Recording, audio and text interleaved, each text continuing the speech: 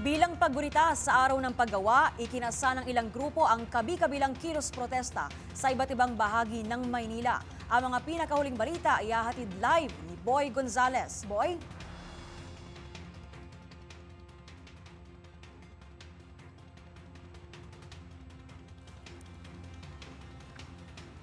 Hello, Boy? Hindi pinayagan kanina ang ilang mga grupo ng mga manggagawa na makalapit sa Mindela. At sa kanilang isinagawa ng kilos protesta ngayong Labor Day. Mula sa Recto Avenue at kanto ng Moraita ay hinara na sila ng mga pulis. Sinabi ni Police Lieutenant Colonel Ronnie Estadillo ng MPD Station 14, hindi pinapayagan makalapit sa Mindela ang iba't ibang grupo.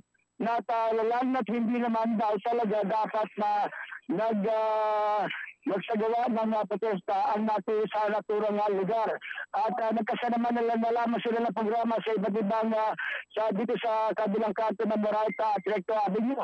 Samantala kanina habang may tip na tagabantay ng Catholic, maging para sa kaayusan ng programa ay may isang grupo ang nakalusot at nakarating sa Mindela.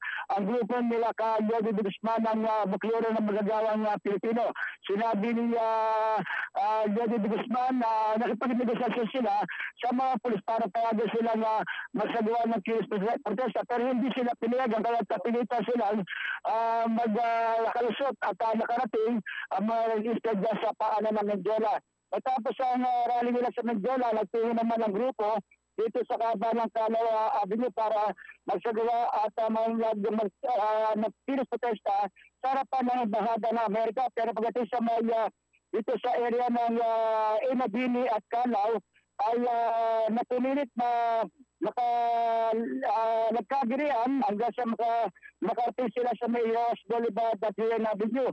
Pagdating sa Yun Avenue, nagkaroon na naman ng mainitan, naggirian ng mga pulis at militante at meron dalawang militante grupo ang nakita ko kanina ng inaresto ng mga pulis na napilitan ang mga bumbero na bombahin ng tubig ang mga realista dahil sa natuhumilit na makalapit sa Embahada ng Amerika. Para sa kauna-una sa Pilipinas, sorry, ito si Boy Gonzales, tuloy sa pagbabalita, Pilipinas Servicio, sama-sama tayo, Pilipino. Maraming salamat, Boy Gonzales.